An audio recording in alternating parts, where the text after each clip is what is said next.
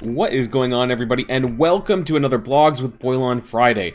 This week we had a few crazy things happening, including the events tab and mail inbox going nuts the other day, which we'll take a look at in some photos after this. We also had the ending of the Weapon X Wolverine costume milestone event, which was absolute dog poop, because I don't want to swear in the first 30 seconds of YouTube, and a surprising extra day of the milestone, but let's be real, it really didn't make much of a difference because of how crappy this event milestone was.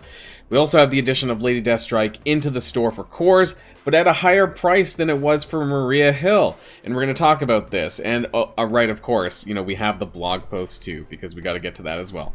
So without further ado, let's get this show started.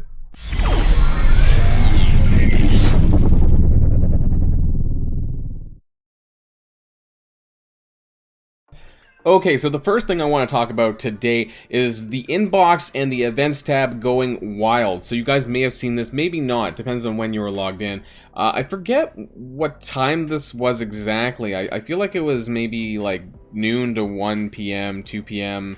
Pacific time on Thursday. It may have been yesterday, actually, or was it Wednesday? I forget now. Anyways, the screen, the screen was going wonky. There was the Mightiest Warriors Master Plan. This was an old event that they had prior. There's a few other ones as well, and there was actually the background from October 2020, the Symbiotes patch. You guys may have seen this or not. Maybe if you guys remember this. Actually, I really like the background, but yeah, this is the background that showed up randomly. It's like they just pushed the October 2020 patch because all those things, a lot of things ended up popping up. So this was the mailbox as well. Mojo's Mayhem Season 4. Now, if you guys don't remember, this was actually featuring Scream. Mojo's Mayhem Season 4 again.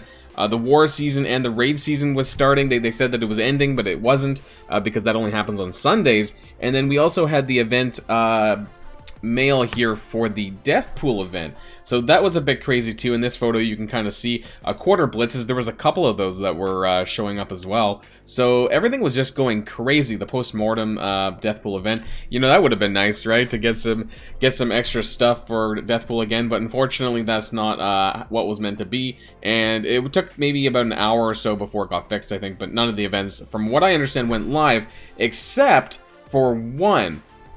And this was the Titan Eternal Thanos event from 2018. Now, only people, veteran players who've been playing for the last 3 years probably remember this. It may have popped up again another time, I don't remember, but I think it was actually, I think it came out in 2019 May as well, around the time of Infinity War, I believe, things like that, maybe Endgame, I forget what time that was anyways. So this Titan Eternal milestone, this was like a daily energy spending milestone, by spending campaign and raid energy, and you got points for doing that, and you got like Thanos shards and a few other odds and ends, but nothing too crazy. And I think some people were able to actually take advantage of this, but it's not a huge deal because there's really not a lot there. However, I heard that there might be some compensation coming from this for other players who were not able to do this. I was not able. It did not actually show up at all on my screen. So some people were able to get it, some people were not. I don't know what the criteria for that was. And then, of course, this is the same here. So more weird photos that were coming up in the mailbox. So that's just one thing that happened this week. You know, it never ceases to amaze me in Strikeforce when we get these random occurrences, because, you know, they can never test things properly before pushing things out. And why did it happen at that time? It seems to be a bit of a weird, odd time for things to go wrong. Normally things go wrong pretty close to the store reset, you know, because that's when they push events and things like that. So it was strange to be happening midday, I think. So that's one thing out of the way. The second thing I want to talk about is the Wolverine Milestones. It's over now, but I'm kind of curious, how far did you guys get? Because you guys might be able to see it here. I have 8,400 pink phase bits. Now that's not even a fifth of what's required for this Wolverine Weapon X costume. That being said, I don't really care too much about this, but it really shows where we've come in terms of events and costume events and things like that, that I can't even manage to get 1/5 of what was required for this event. This was, quite frankly, the most whaley crackin' costume event I've ever seen. And I know there's a lot of people out there that are like, well, Boilon, it's just a costume. And yes, it's just a costume that currently has no wider, I guess, bonuses to the character outside of the aesthetics. And yes, I understand this, but I am concerned long-term what this might mean later down the road. Maybe if they find that people are still paying for it, that they might end up doing something else with the costumes. And maybe I'm just being a doomsday sayer on this, but I wouldn't hold your breath that they might not do something like... Oh, wait, I don't know. I didn't say that right. I don't think I did. Anyways, it doesn't matter. You know, there is a chance that later down the line, who knows, that these costumes or these things might have some impact on the character beyond just aesthetics. Now, currently it does not, but that's, you know, who's to say that they might not be required, or there might not be some reason why we might actually want to have it beyond that. You know, I know games like Marvel Future Fight, I think, have a lot more detail in the costumes in terms of what it does for the character, and that it actually impacts the character themselves. We're not there yet, but maybe one day we might, because now currently, between the Wolverine costume and the Emma Frost costume, not really obtainable free to play anymore. And overall, you know, I don't care that much, but I am concerned what this might mean going forward. So just keep that in mind as well. You know, the only costumes that have come back so far to be aka permanent is the Iceman costume here, which is from an event, and Siege Thor, who was the very first set of costumes from the WandaVision era there. So we've had 2 become permanent, but there's still a handful of more, you know, for what it's worth, that have not been made available. So every patch we do get 1 for free. That was the Dawn of X for the Cyclops, and then last patch was the Invisible Woman. Every patch you get, you know, basically 1 permanently available in the store. So we'll see down the line what ends up happening with regards to costumes. Now, the third thing before we get to the blog post is Lady Deathstrike. So I do want to say, oh, not in the art, sorry, in the supply store here, that I want to say that she is available for 10 for 900, but do not do this. Please, for the love of God, do not do this, because this is a terrible deal. Not only did they bump up the price from 10 for 800 from Maria Hill and Moondragon, where they started, because they first started doing this with Moondragon. They bumped it up for 10 for 900 with Lady Deathstrike. That being said, her red stars aren't even available, so who's to say that you'll get a good red star pull on her anyways if you were to unlock her early? They want you to snatch your power cores up early, because we have things like Sharon Carter and Capsam eventually being made farmable, and Maria Hill. You know, if you're still farming Maria Hill with power cores because you have to refresh your war store, and you know, I've actually done that a few times as well, because I'm not on this account, but on my partner's account, who, you know, didn't blitz very much from Maria Hill. I'm about 40 shards away, so I don't think at this point I need to refresh yet. Maybe a little bit closer to the event. If I'm still getting terrible luck, I will. But yet, do not waste your power cores unless you're sitting with like 20,000 plus. There's absolutely no reason that you should be spending power cores on a war team.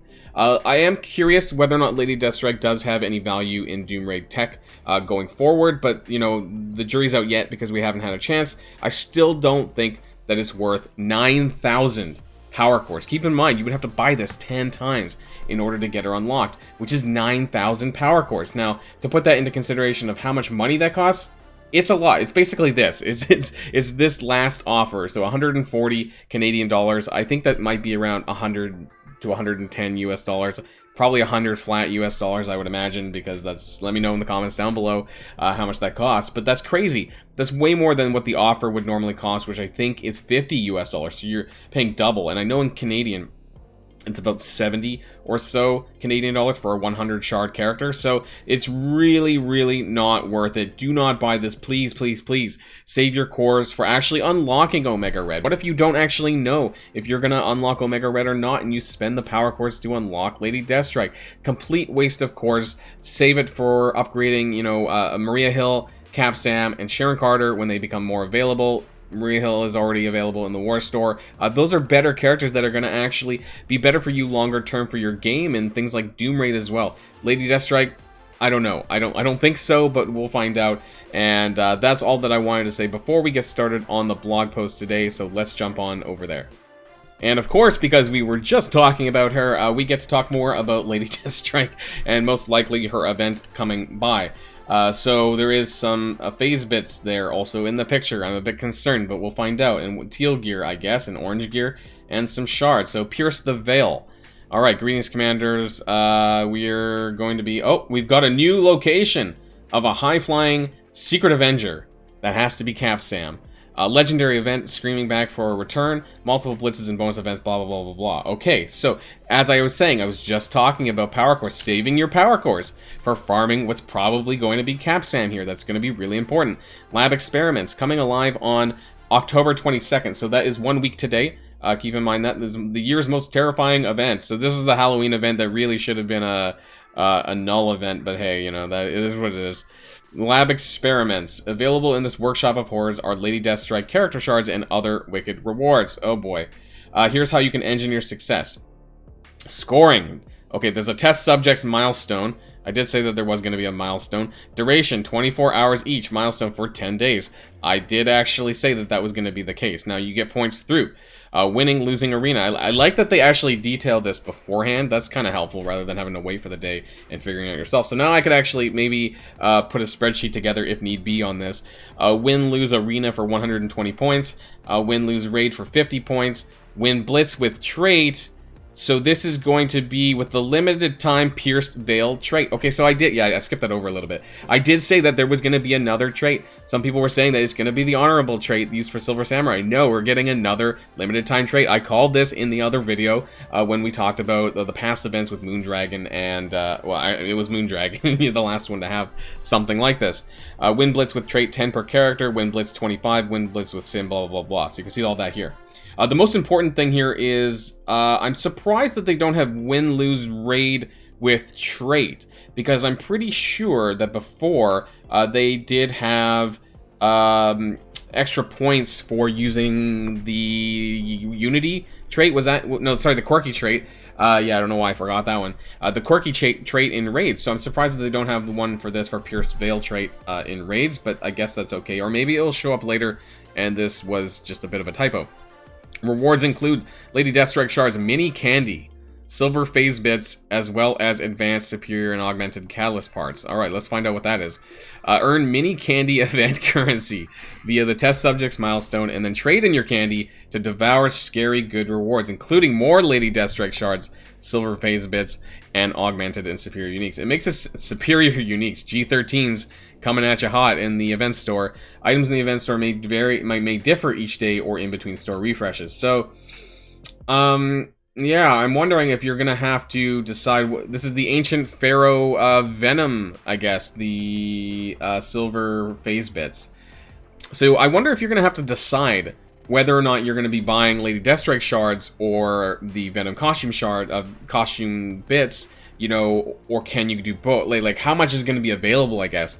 And that's something that we're going to have to look at closer to the time when we get more information about what the daily milestone looks like.